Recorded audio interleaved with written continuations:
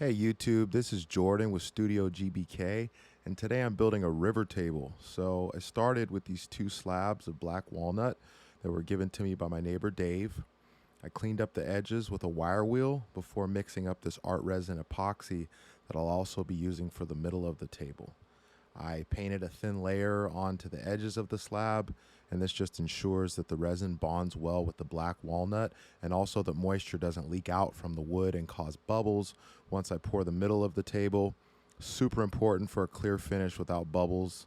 After a couple hours, it will harden up and give a nice clear coat like you see here, which I will go back and scuff with a wire brush to make sure it bonds better once I pour the middle. From there, I added this black high flow acrylic to the resin, and I was attempting to count the drops to have an idea of exactly how much to use if I want to match this color, but I lost count. So I hit it with the blowtorch to eliminate any bubbles, and then leave it right there in the mold to cure for about 2 to 3 weeks. And that might seem like a long time, but if you remove it earlier than that, it's not going to sand as well, and the epoxy could continue to shrink after you've applied your finish, which will ruin it.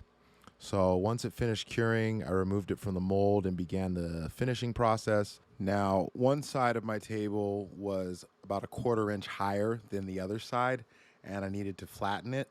So I took it to my friend over at Ponderosa Millworks to run it through his commercial planer. You can obviously do this with a router. There's other ways to do it, but definitely the most simple and fast way to do this would be with a commercial planer, so that's what I did. So once the table is perfectly flat, I have to go back and fill in any of the remaining holes or micro pits with an epoxy or CA glue. On this one, I used a 2-part JB weld from Home Depot and added that same black dye to it, which worked out fine, but I recommend using CA glue with the activator because it hardens faster, like within seconds. Once the holes are filled and have dried, I will come back and sand them all down. Now, you don't want to go too crazy with the sanding because that will give you dips and valleys in the table that you don't want. So just sand until these areas are perfectly level with the rest of the wood. After that, I begin the finish sanding process on the rest of the table. You want to start with 100 grit, then move up to 120, then 150, then 180, then 220, and then 320. And you can take it all the way to up to 600 or 800 if you like, depending on the finish. But I think 320 is plenty for the wood portion. Now, for the epoxy part of it, I think it's better to sand up to a higher grit because this will help to hide the little micro scratches and pinwheels that show up. And the way to eliminate those is by basically cross-hatching with your sanding pattern.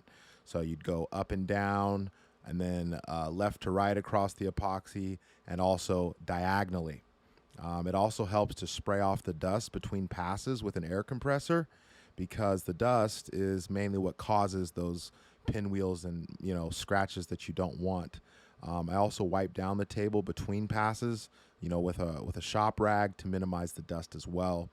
The wood is generally softer than the epoxy, so be mindful of staying on the wood too long because that'll give you a little lip there where the wood and the epoxy meet. Once this is sanded to a level of perfection, you can apply your finish. For this one, I used walrus oil and a rag, but if you want something more protective, you can use Rubio Monocoat or even an epoxy flood coat for a more glossy finish. I applied the oil to both sides, and from there I was ready to attach the legs. I went with black hairpin legs to match the black river portion of this table, and I basically measured equal distance from the sides, marked my holes, pre-drilled, and then attached the legs. And when I had originally recorded this, I thought that I had footage of me connecting these legs, but I didn't.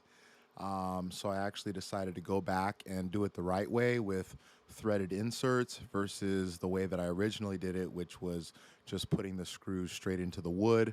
So here you see me taking off the legs so that I can add the threaded inserts. And I'm not going to lie to you guys, these threaded inserts really kicked my ass.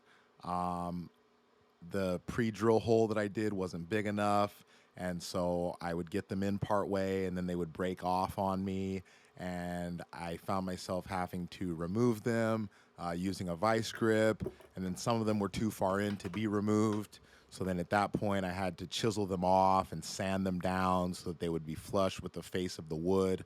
So yeah, it ended up taking me about an hour in total just to get these legs on, which I really did not expect.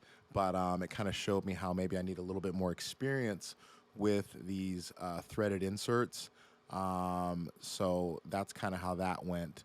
But once it was all said and done, I was pretty happy with it. And I managed to get all of these legs on with the threaded inserts successfully. And if you're wondering why I finished this on a rock, it's because the power went out at my wood shop. So I went to my friend's house and finished in his front yard. Moral of the story, don't let anything stop you.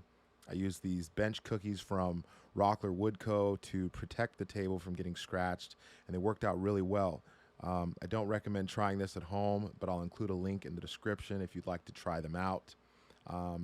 That's it for this video, and thanks for watching. Please let me know what you think, and if your thumbs are working, go ahead and hit that like and subscribe button.